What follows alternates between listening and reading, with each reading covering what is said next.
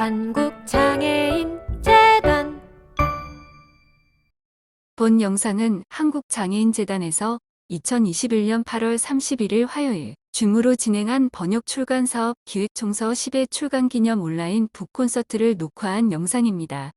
간혹 시청자분들의 마이크가 켜져 있어 말소리가 함께 녹화되거나 실시간 중계 특성상 시간차가 발생할 수 있는 점 양해 부탁드립니다. 또한 본 영상에서는 럭키 드로우 이벤트는 편집되어 있음을 알려드립니다. 조금 쉬실 시간이 되셨는지 모르겠습니다. 다시 이제 계속 얘기를 이어가겠는데요. 이제는 이제 장애 인식 변화에 대해서 조금 더 깊게 얘기 좀 나눠볼까 합니다. 좀 미미한 것일 수도 있고 아니면 확인한 것일 수도 있는데 옛날보다는 장애인에 대한 인식이 조금씩 긍정적으로 변해가고 있는 것 같다라는 말씀들을 하셨습니다.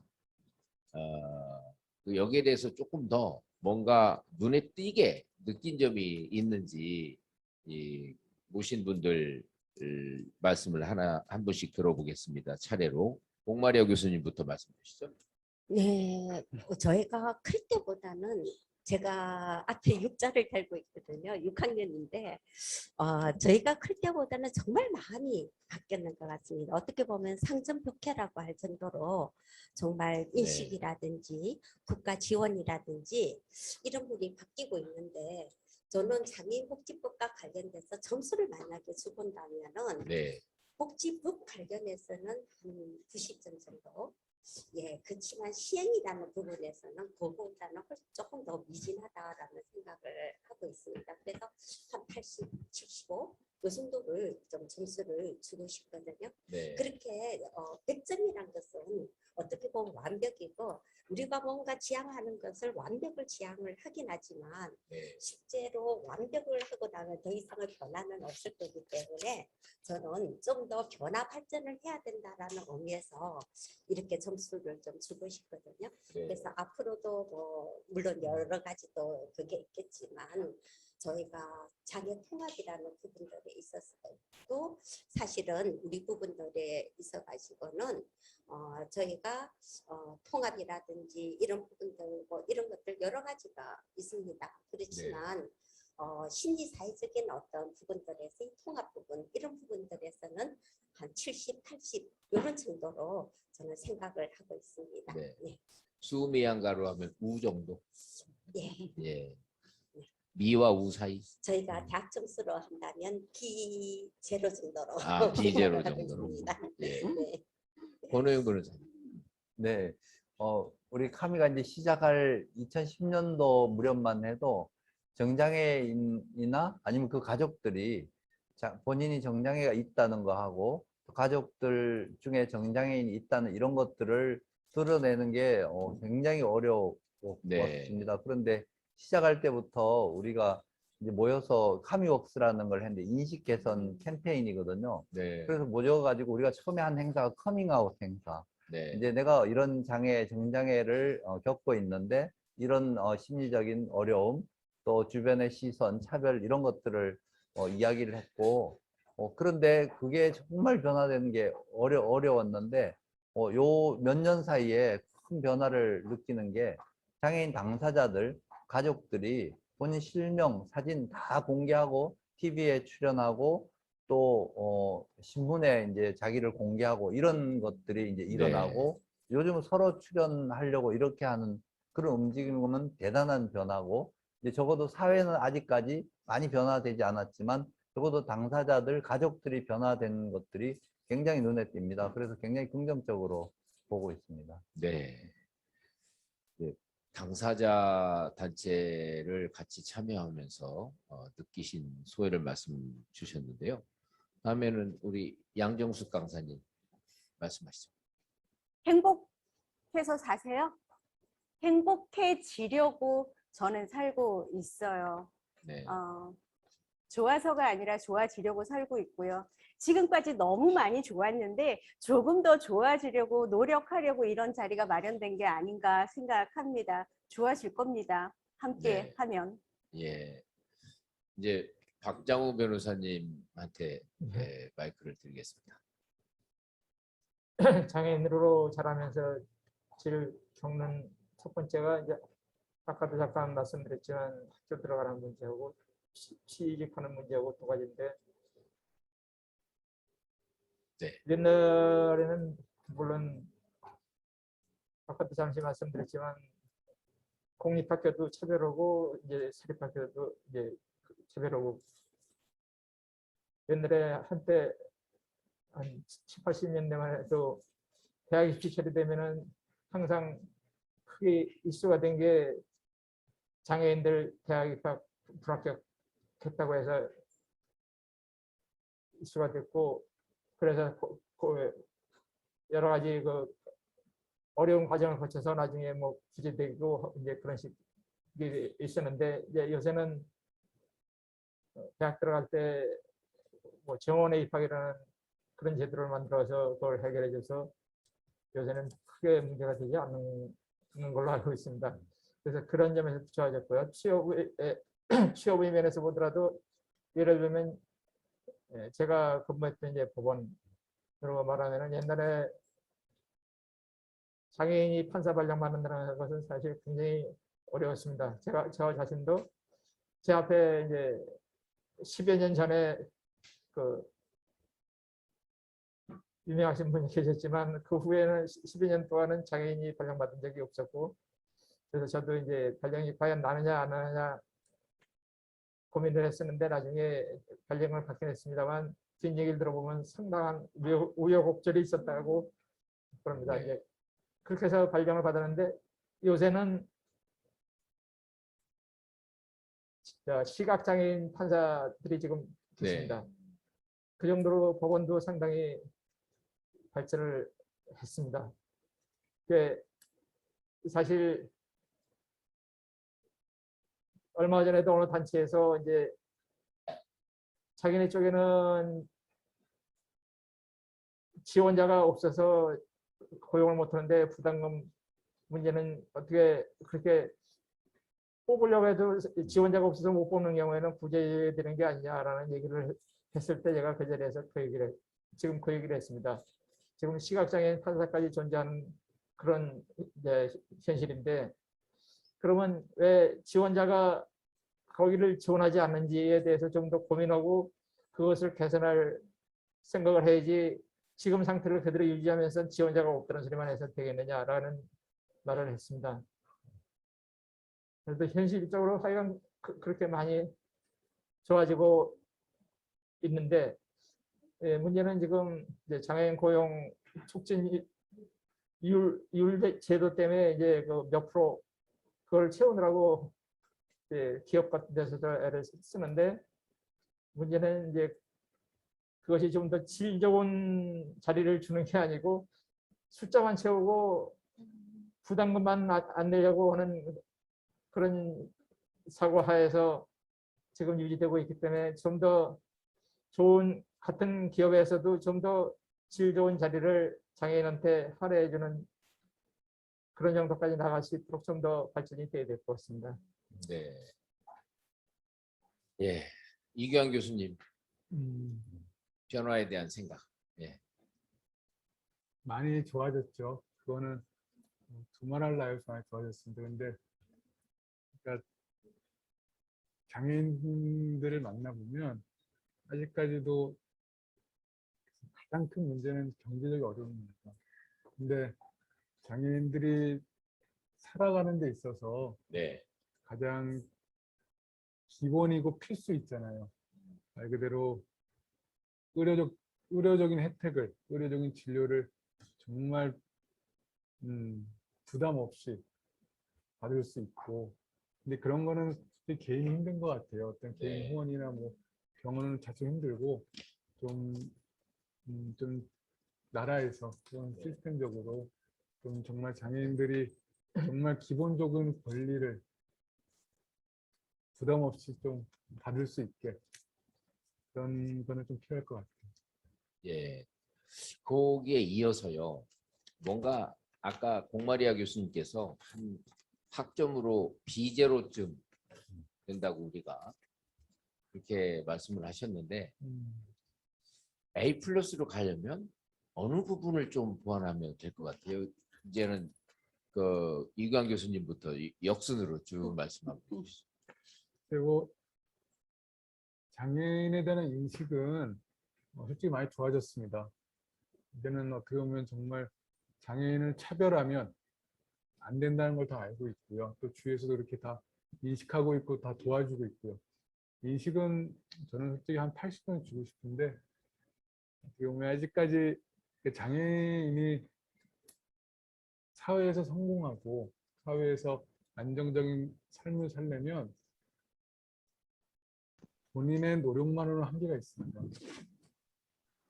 그때는 좀 장애인은 그 혜택을 바라면 절대 안 되지만 사회에서는 도와줘야 됩니다.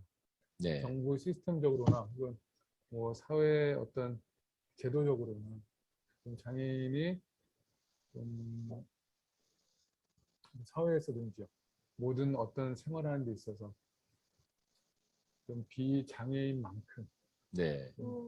할 수 있게 그런 거는 조금은 더 발전해야 되지 않을까 생각합니다. 네. 예. 인식은 많이 좋아졌습니다. 예. 양정숙 선생님. 저는 엄마의 입장에서 꼭 부탁드리고 싶은 게 하나가 있어요. 기회를 주세요. 기회를 잡는 건 물론 본인의 능력이지만 그 기회를 좀 줬으면 좋겠어요. 우리 아이들이 음악을 잘할 수도 있고 운동을 잘할 수도 있고 미술을 잘할 수도 있는데 방과 후 수업이나 우리 친구들이 갈 수 있는 우리 장애를 가지고 있는 분들이 갈 수 있는 학원이 많지가 않아요. 그래서 내가 잘할 수 있는 걸 하는 게 아니라 그냥 내가 할 수 있는 것만 그 세상 속에서만 살게 되는 경우가 참 많더라고요. 그래서 우리의 세상을 조금 더 넓혀 갈 수 있게 학원 문이 조금 열렸으면 좋겠고 방과 후 수업의 내용이 좀 많아졌으면 좋겠고 그래서 기회를 주세요. 노력은 우리가 할게요. 그 기회를 잡아서 노력할게요. 그래서 기적으로 보답할게요. 그러니까 그 기회를 줄 수 있는 제도가 좀 넓어졌으면 좋겠습니다. 네. 박장우 변호사님 말씀 듣겠습니다. 그 변호사로서 이제 지방 재판을 하든지 해서 이렇게 재판 끝나고 나서 점심을 먹으려고 돌아다녀 보면은 휠체어 타고 들어갈 수 있는 데는 거의 없습니다. 대부분 계단이 있고 어쩌다 또 찾아서 계단 없는 데 찾아 들어가도 들어가 보면 화장실 문제가 그다음에 또 나오거든요. 화장실 휠체어 타고 갈 수 있는 화장실이 거의 없습니다. 그러니까 장애인에 대한 인식은 좋아졌지만 현실적으로 장애인들이 살아가는 데 있어서 그 느끼는 불편함은 아직도 많이 남아 있습니다. 그럼 그런 것을 어떻게 해결하느냐 하면은 결국은 그 건물주나 영업주 이 사람들한테 자꾸 고쳐라 하지만은 그 사람들이 자기 돈 들여서 장애인 어쩌다 한두 명 오는 사람을 위해서 계단을 없애서 경사를 만들고 장애인 화장실을 만들고 이런다는 것은 현실적으로 쉽지 않거든요. 법으로 강제를 하면 몰라도 쉽지 않은데 법으로 강제하는 것 자체가 또 현실적으로 여러 문제가 있는데 결국은 그런 것은 정부에서 해결해줘야 될 문제라고 생각합니다. 정부에서 그 수리 비용 같은 것을 전부 부담하면서 우리가 다 돈 대줄 테니까 여기다 경사로 만들어라 하면은 굳이 그거 반대할 사람이 얼마나 있겠습니까? 정부에서 경사로 만들어라라는 말만 하지 그 의지를 보이지 않기 때문입니다. 대표적인 예가 그런 건데 결국 아직도 장애인들이 느끼는 그 불편함은 여러 군데에서 곳곳에서 발견이 되는데 정부에서 그걸 모르고 있는 건 아니거든요. 알면서도 장애인을 위한 비용은 사실 거의 투자를 하지 않고 있기 때문에 그런 겁니다. 정부의 의지가 조금 더 강해져야 한다고 생각합니다. 예. 정책적인 방안까지 말씀 주셨어요. 권영 변호사님 말씀 듣겠습니다. 네. 저희들이 이제 스스로는 이제 좀 뭘 해보려고 우리 당사자들이나 가족이나 굉장히 노력하고 있는데 문제는 이제 장애라는 것이 우리 스스로의 어떤 어려움도 있지만 사회적인 장벽이 상당히 구조적이고 제도적인 측면이 있습니다. 예를 들면 2009년도에 1년간의 전체 정신건강 정장애에 관한 예산이 1조 7천억 정도였고 그것이 한 작년 거의 8조 원까지 늘었거든요. 매년 수천억씩 증가하는데 거의 다 의료비 예산이고 또 정신장애인을 바라보는 관점도 이거는 치료 대상이고 완전히 회복돼야 이 사람들이 일할 수 있다. 이런 인식을 가지고 있거든요. 근데 정장애를 겪고 있을 때는 우리도 한 명의 생활인이고 이제 사회인이라서 건강 치료도 필요하지만 또 다른 생활적인 측면, 일도 해야 되고 돈도 있어야 살아가는 이런 측면에 대한 배려가 아직은 절대적으로 부족한 것 같거든요. 그래서 늘어나는 예산 중에 일부라도 우리 정신장애인들의 삶을 배려하고 또 우리 스스로 좀 일어설 수 있는 이런 것을 지원하는 쪽으로 사회가 좀 움직였으면 훨씬 좋아지지 않을까 이런 생각이 듭니다. 네. 홍마리아 교수님. 네, 저는 이제 그 여러 패널 승객님들이 이야기하시는 걸 조금 이렇게 쭉 들으면서 제가 전에 대구대학교 근무하기 이전에 한국복지대학교에서 통합교육과 관련되는 논문을 두 편 정도를 적었는데요. 장애 학생들이 얼마나 이제 통합이라는 부분들을 느끼고 있는가 하는 실태 조사를 저희가 나사렛대학과 우리 한국복지대학 이렇게 두 군데로 해서 제가 조사를 좀 해봤습니다. 그랬더니 그 학생들의 응답 결과 물리적으로는 다 통합이 돼 있다고 느끼는 거예요.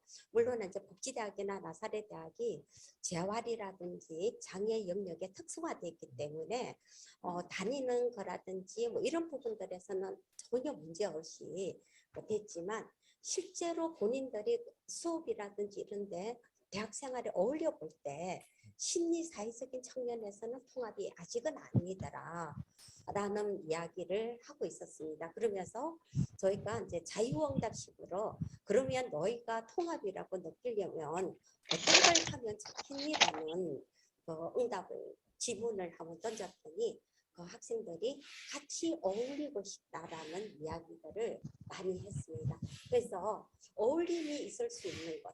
그러면 무리하게 우리가 어떤 이론적으로 이렇게 해야 된다든지 교육을 시키지 않아도 자연스럽게 녹아 들어갈 수 있지 않을까라는 생각을 하게 되거든요. 그렇지만 함께 어울림의 장면들이 특히 대학의 영역에서는 그다지 많지 않는 것 같습니다. 그래서 그런 부분들에서 좀 더 인식 개선이라든지 이런 부분들은 한번 고려를 해보면 어떨까라는 생각을 합니다.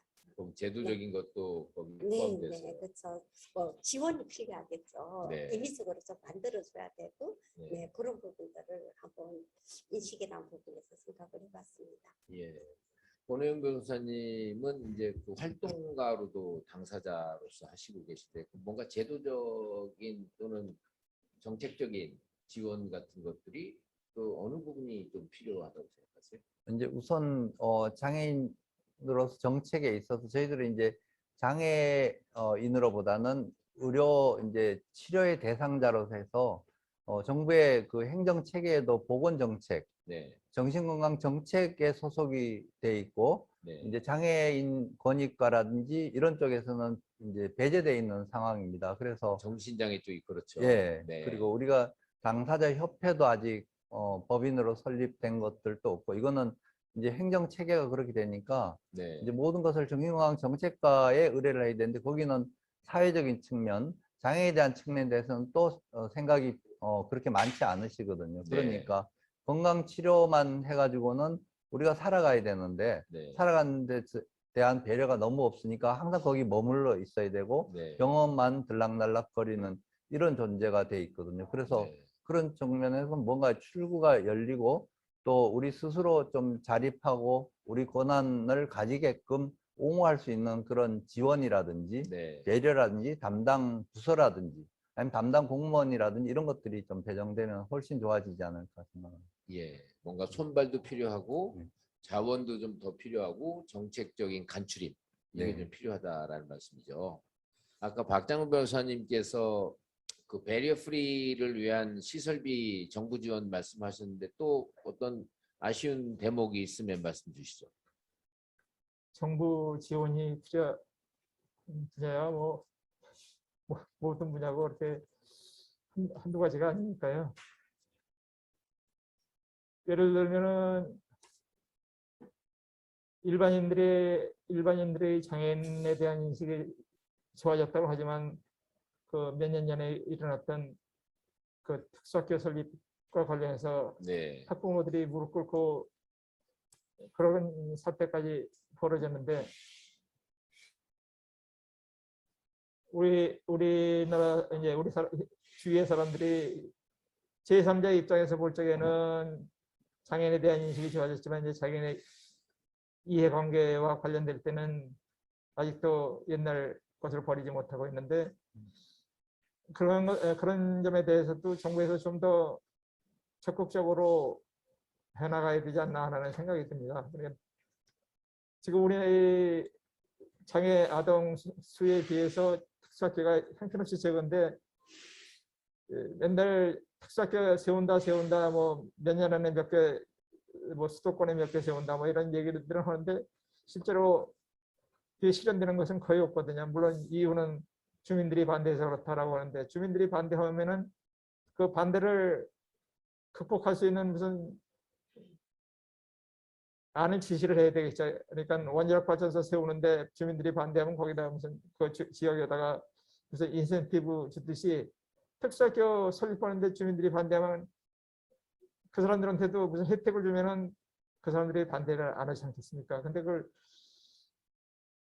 아니면 정말 강제로라도 뭐 강제력을 동원해서라도 하든지 결국 주민들이 반대하니까는 못 짓는다. 이거는 결국 정부가 그만큼 의지가 없기 때문이거든요.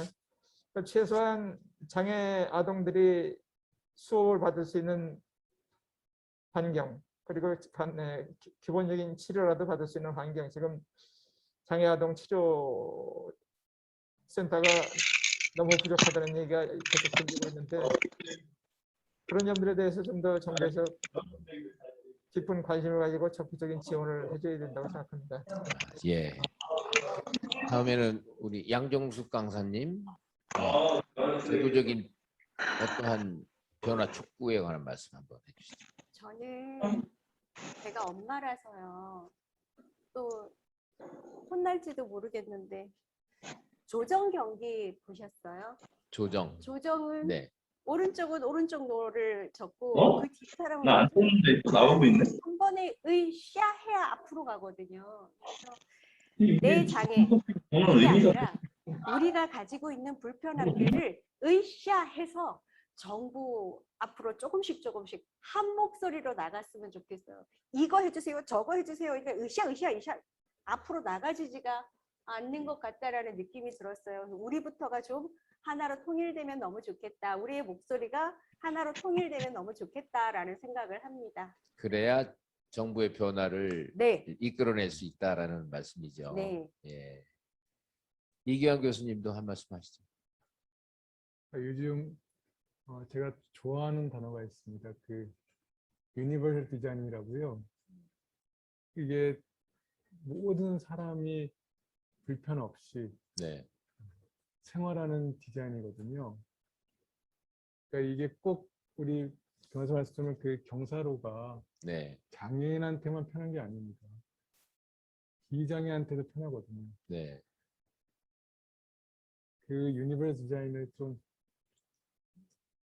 좀 사회에서도 또 개인적으로도 네. 좀 기억해 주셨으면 예. 좋을 것 같아요. 유니버설 디자인이 이제 유럽 쪽에서는 인클루시브 디자인이라는 말도 많이 쓰는데 어쨌든 사회가 그런 쪽에 대폭 투자를 하면 뭔가 장애 비장애인들의 통합적 분위기가 좀 더 가까이 올 것이다라는 말씀이시죠. 이제 장애인 인식 개선 또 그 변화를 일으키려면 정책적으로 어떻게 해야 되나까지 말씀을 하셨는데 그 저희 재단도 지금 이런 노력 한국장애인재단도 이런 노력도 하고 또 정말로 정부 예산이 미치지 못하는 그런 영역에 뭔가 좀 꼭 필요한 활동 사업비 지원도 하고 그러고 있는데 여러 기관들이 지금 있거든요. 그래서 많은 기관들 장애 관련된 일을 하고 있는 많은 기관들에 대한 또 아쉬움도 있을 것 같아요. 이번에는 박장호 변호사님 먼저 말씀해 주실래요? 제가 장애인 관련 기관이나 단체에 대해서 좀 아쉽다고 생각하는 것은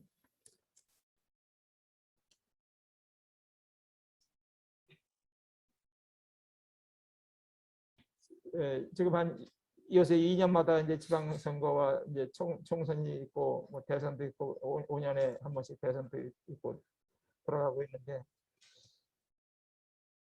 그 선거 때 이 장애인 표가 너무 무시되고 있는 느낌입니다.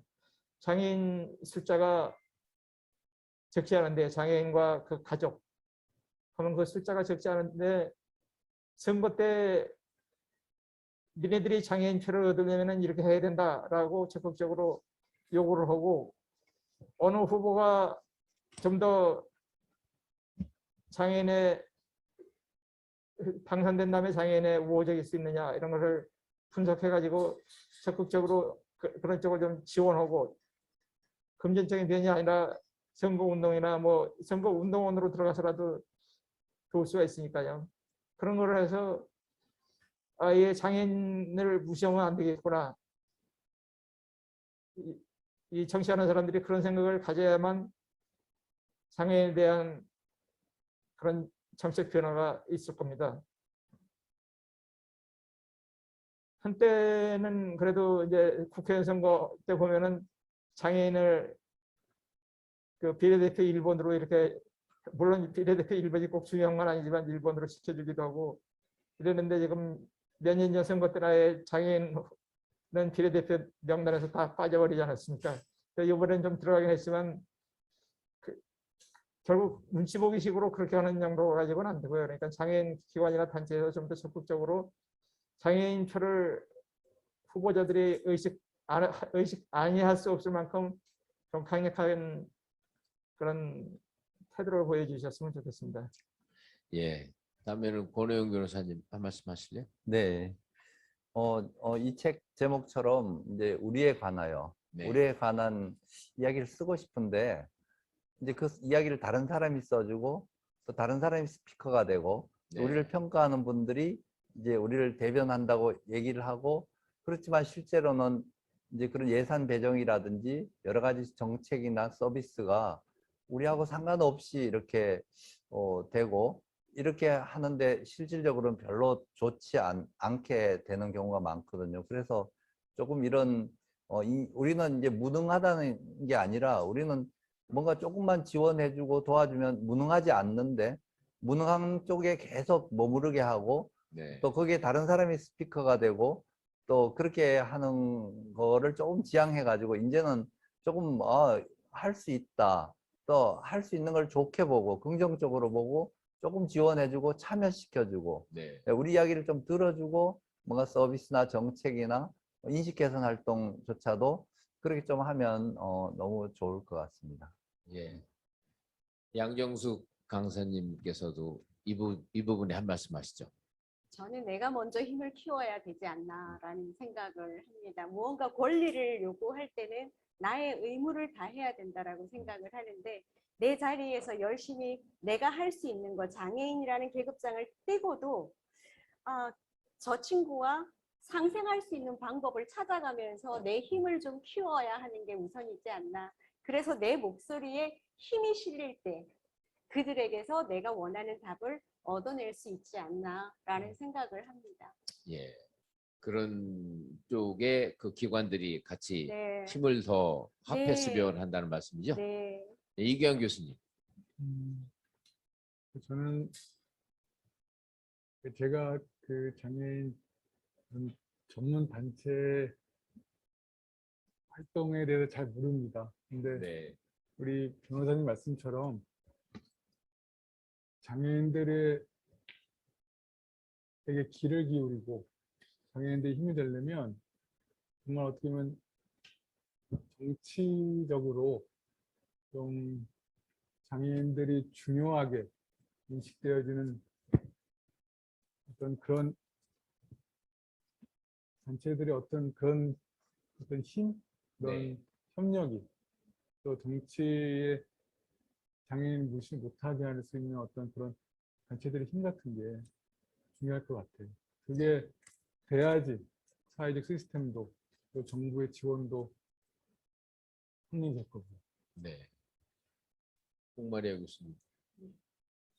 예, 저도 여러 가지로 생각을 쭉 조금 펴봤는데요. 정말 우리 목소리가 너무 여러 가지 방향으로 나와서 한 목소리가 안 되는 것이 정책이라든지 어떤 국회의원 당사자들, 기관이라든지 이런 부분들에서 잘 전달이 되지 않는 것 같습니다. 그래서 한 목소리가 되는 게 필요하고요. 저는 제가 우리에 관해서 이 책을 번역을 했지만 장애인재단에서 우리에 관해서 이런 이야기들을 좀 모아가지고 네. 해주시면 어떨까라는 생각을 합니다. 물론 이제 미국 장애인이 다르고 한국 장애인이 다르고는 아니겠지만 환경이라는 부분은 우리의 이야기를 굉장히 다양하게 만들 수 있는 부분이고 다른 욕구들도 또 낼 수 있기 때문에 이런 부분에서 우리 장애인 한국 장애인재단이 역할을 해주시면 어떨까 싶습니다.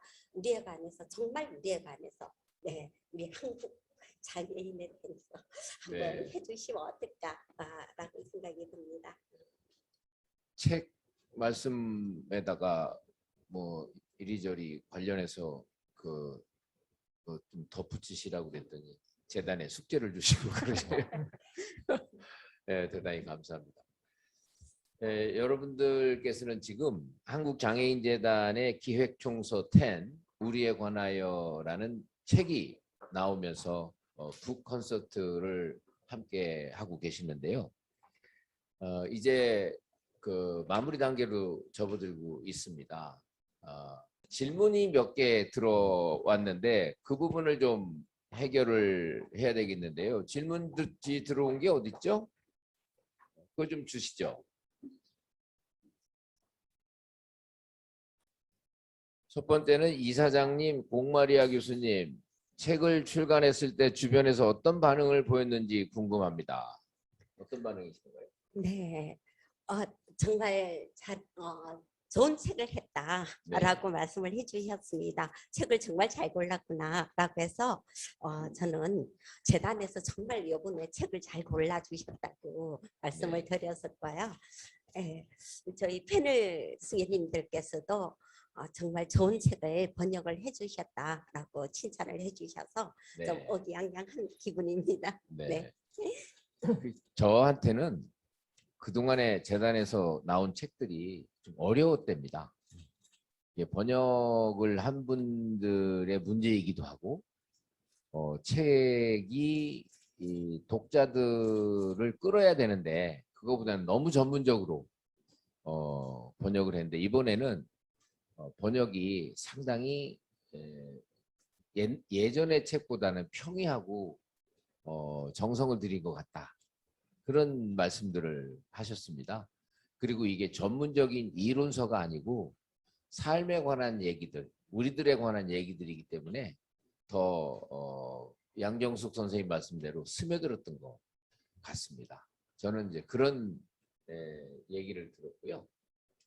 그 모든 분들에게 장애를 가지고 살아가면서 여전히 극복하지 못한 것이 있으시다면 어떤 것이 있으신가요? 이렇게 모든 분들 5분에게 질문을 아직도 극복이 안 된 그 무엇이 있는가? 그렇게 질문하시는데 이 질문이 정확할 수도 있고 또 다를 수도 있어요. 사회가 변해야지 왜 내가 극복해야 되느냐 이러면 이제 이 초점이 달라지는데 어쨌든 이 질문자의 의도를 잘 파악하셔서 한 말씀씩 하시죠. 우리 이규환 교수님부터. 글쎄요, 장애를 저는 아마 죽을 때까지 장애 극복 못할 것 같아요. 네. 그냥 장애랑 함께 살아야 될 거고 도움을 또 계속 받아야 될 거고 계속 노력해야 될 거고요. 극복은 죽을 때까지 못할 거예요.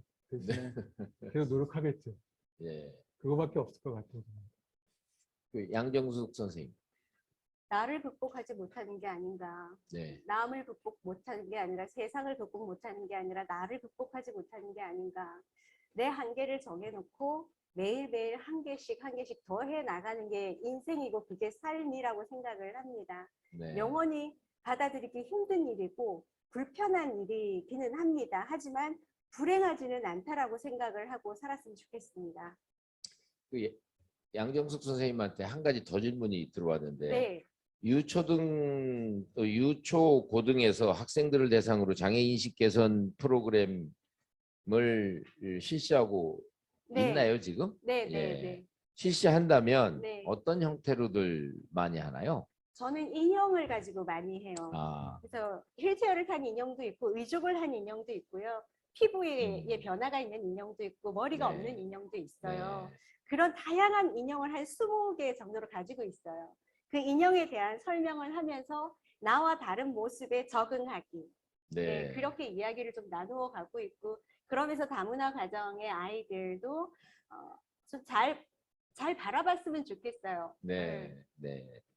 아, 그 아주 다양하게 하시는군요. 네. 저는 패션쇼를 한번 한 적이 있거든요.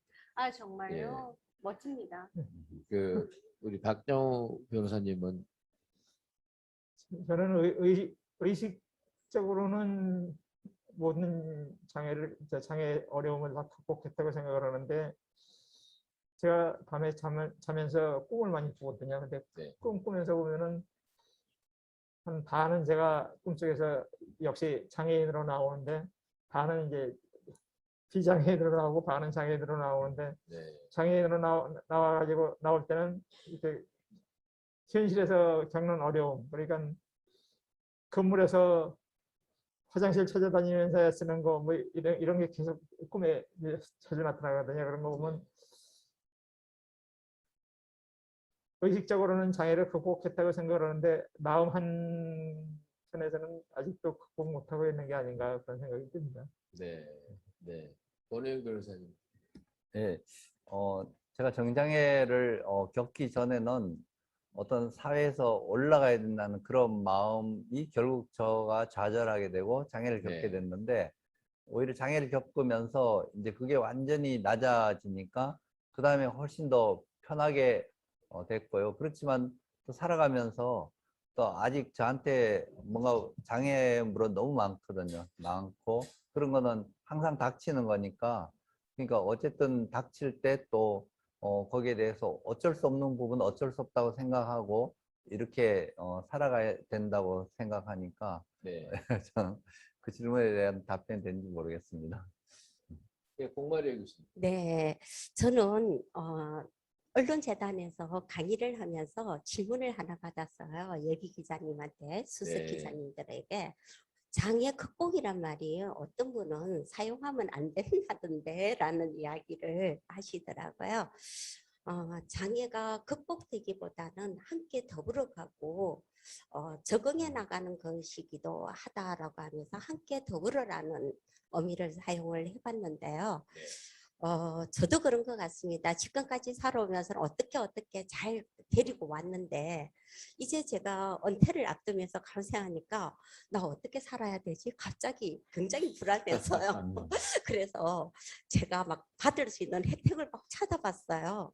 근데 장애 노인을 위한 혜택은 없고 65세가 되면 바로 노인복지법과 같이 네. 되는데 실제로 65세를 노인으로 하기에는 많은 부분들에서 좀 젊은 노인이시기 때문에 노인복지법의 혜택이 별로 그렇게 요양보호법 빼놓고는 별로 크게 없는 것 같았어요. 네. 그런데 저는 앞에 이제 6학년이 되면서 체력이 급격히 떨어지는 거예요. 네. 그래서 장애 노인도 있어야 되지 않나, 장애 노인법이 있어야지라는 생각을 네. 사실은 좀 했어요. 그래서 내가 리타이어를 하고 나면은 받을 수 있는 혜택이 뭐지 했는데 거의 별로 없었어요. 근데 저는 사실은 뚜벅이기도 하고, 네. 그 다음에 이제 뭐, 네, 제가 네, 그 소녀 가장이거든요. 그렇다 보니까 제가 나들이 콜도 좀 29이면 소녀인가요? 그렇죠. 소녀 가장이죠.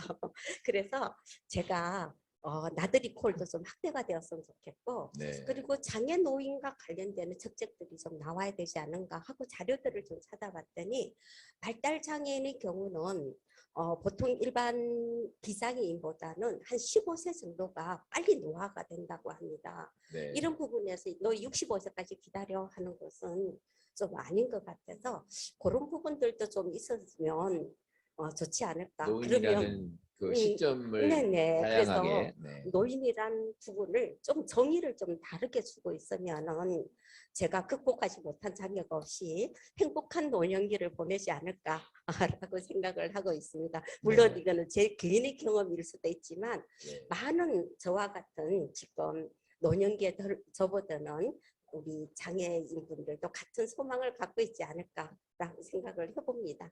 네. 네. 그 질문 중에 또 이런 게 있었어요.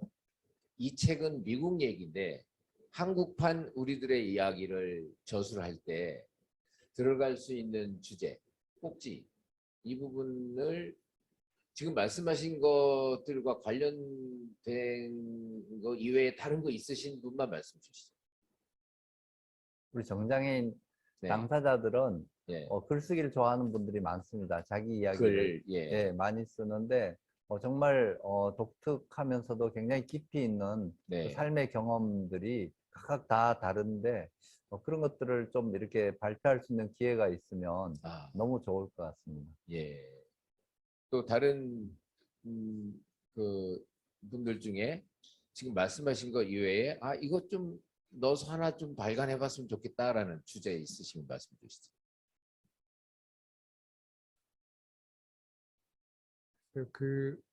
네. 여러 직업이 있는 장애인분들의 어떤 사회적 노하우나 어떻게 나는 이 직업에서 어떻게 적응을 했고 어떻게 헤쳐왔다. 내 네. 노하우는 뭐다.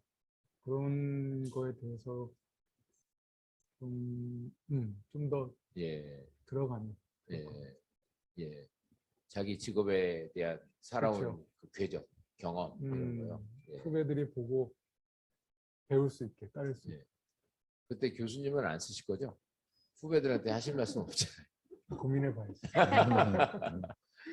또 다른 말씀 있으시면 박 변호사님. 예. 그러면 이제 마무리 말씀에다가 앞으로의 계획과 또 그 장애 당사자들 지금 보시는 여러분들 또 앞으로 우리 방송을 또 들어가서 참여하실 분들에게 당부하실 말씀까지 해서 마무리 말씀 한 말씀씩 하시죠. 이번에는 양정숙 선생님부터 하시죠. 아까 복마리아 선생님께서 이 책의 앞부분에 장애인과 비장애인 이렇게 나뉜다고 이제 저술이 되어 있다고 말씀하셨는데 네. 저는 그 부분을 보면서 무슨 생각을 했냐면 장애, 비장애, 가진 자와 가지지 못한 자, 배운 자와 무식한 자가 아니라 네. 만나고 싶은 사람과 만나기 싫은 사람. 우리는 만나고 싶은 사람이 됐으면 좋겠습니다. 감사합니다. 네, 네, 만나고 싶은 사람. 우리 권호영 변호사님 말씀하세요. 네. 우리 단체 이름이 카미인데 그거는 카미. 예, 아미라는 뜻이 내포되어 있거든요. 친구라는 뜻이거든요. 네. 우리 이제 정장애인들은 이런 사회적으로 이렇게 친구를 만날 기회가 많지 않아서 굉장히 그 마음을 나누기가 어렵고 근데 이 책은 우리에 관하여거든요. 우리 전체로 하나로 묶는 각자 독특한 자기 정체성과 자기 삶의 경험이 있지만 또 전체로는 우리인데 이런 정말 친구로서 이렇게 좀 서로 만나고 교류하고 네. 이런 기회들이 자꾸 이제 열렸으면 좋겠습니다. 네. 이규환 교수님 마무리 말씀. 지금 여기까지 저를 만든 노하우로 좀 마무리 끝낼게요. 제가 아까 무식하게 지독하게란 말을 네. 이 두 가지 말을 참 중요하게 생각합니다. 왜냐하면 장애인은요, 사회에서 비장애인만큼 하면 절대로 성공 못합니다. 네. 10배 정도를 더 해야 돼요. 그렇게 해야지 일어설 수 있습니다. 네. 근데 그러니까 항상 하는 말이 그거예요. 네가 정말 하고 싶은 게 뭐냐. 그게 정해졌다면 무조건 덤비라고 그래요. 네. 대신에 무식하게 버티라고. 네. 주위에서 어마어마한 비난도 올 거고요. 뭐 편견도 올 거고 불이익도 올 겁니다. 네. 근데 내가 이 일을 하는데 이 일을 해도 죽을 만큼 좋다면 무식하게 버텨야 됩니다. 네. 대신에 무식하게 버티되 우리 강사님 말씀 기회가 왔을 때 네. 잡아야 돼요. 지독하게 노력해야 돼요. 예. 그렇기 때문에 정말 하고 싶은 일은 무조건 하세요. 남들 다 불가능하다 하지 말라고 해도 무조건 하세요. 네. 왜냐하면 한 번뿐 인생이잖아요. 제가 지금까지 온 게 뭐 제가 뭐 위대 그런 게 아니라 제 인생을 허비하기 싫어서 좀 무식하게 저도 노력을 했어요. 그렇기 때문에 우리 장애인분들도 저 손도 안 되는 치과 의사가 진료합니다. 네. 여러분 더 이상 그 이상 것도 할 수 있어요. 그럴 거니까 정말 하고 싶은 게 있으면 무식하게 버티고 지독하게 하세요. 네. 그러면 됩니다. 이규환 교수님이 후배들한테 하시는 진심이 이거였군요. 결국은. 공마리아 교수님 말씀하시죠. 네. 저는 장애는 절대 좌절시키지 않을 수 있습니다. 오히려 나를 더 나아가게 하는 힘이 됐다라고 생각을 하고요. 지금 콘서트를 보고 있는 모든 분들 어려움이 있더라도 이 어려움은 순간의 어려움이고 이걸 통해서 본인을 더 성장 발달시킬 수 있을 것이다. 라는 말씀을 드리고 싶고요. 이것은 지금 노년기를 준비하는 저에게도 또 하고 싶은 말입니다. 네. 자꾸 노년기 그러지 마세요. 박장우 변호사님 마무리 말씀해 주시죠. 네, 제가 전에 다른 오래전에 다른 장애인 모임에서 이 말씀을 드린 적이 있는데 장애인 여러분은 적어도 다른 장애인들한테 피해가 가는 행동을 하지 말아줬으면 하는 겁니다. 네. 그러니까 비장애인이 예를 들어서 비장애인이 어떤 잘못을 했으면 일반인들이 생각할 때는 A 아무개가 잘못했다라는 생각을 하는데 장애인이 잘못하면은 A 아무개가 잘못했다가 아니고 장애인이 잘못했다는 식으로 인식이 되거든요. 그래서 다른 장애인한테 피해를 주는 행동을 하지 말아야 되고 특히 장애인 간의 분쟁이 생기는 것을 저는 법원에서 이제 판사를 하면서 많이 봤습니다. 사실 장애인 단체에서도 서로 주도권 싸움을 하고 그게 차라리 저희 재판부로 오면은 뭐 화해를 시키든지 어떻게 노력을 해볼 텐데 비장애인 재판부가 대부분이니까 그리로 가거든요. 그러면 그 비장애인 판사들이 거기에 대한 조언을 또 저한테 구합니다. 네. 이쪽에서는 이렇게 얘기하고 저쪽에서는 저렇게 얘기하는데 박 판사 생각은 어떠냐. 저는 제가 참 그 판사 얼굴 보기가 부끄러워서 네. 말을 제대로 못하고 그런 경험이 많거든요. 그러니까 적어도 장애인이 비장애인 앞에서 다른 장애인에게 피해가 가는 일은 하지 말아 주십사 하는 게 부탁입니다. 예. 예, 여러분 정말 긴 시간 동안 한국장애인재단의 신간 우리에 관하여에 대한 북콘서트를 지켜보셨는데요.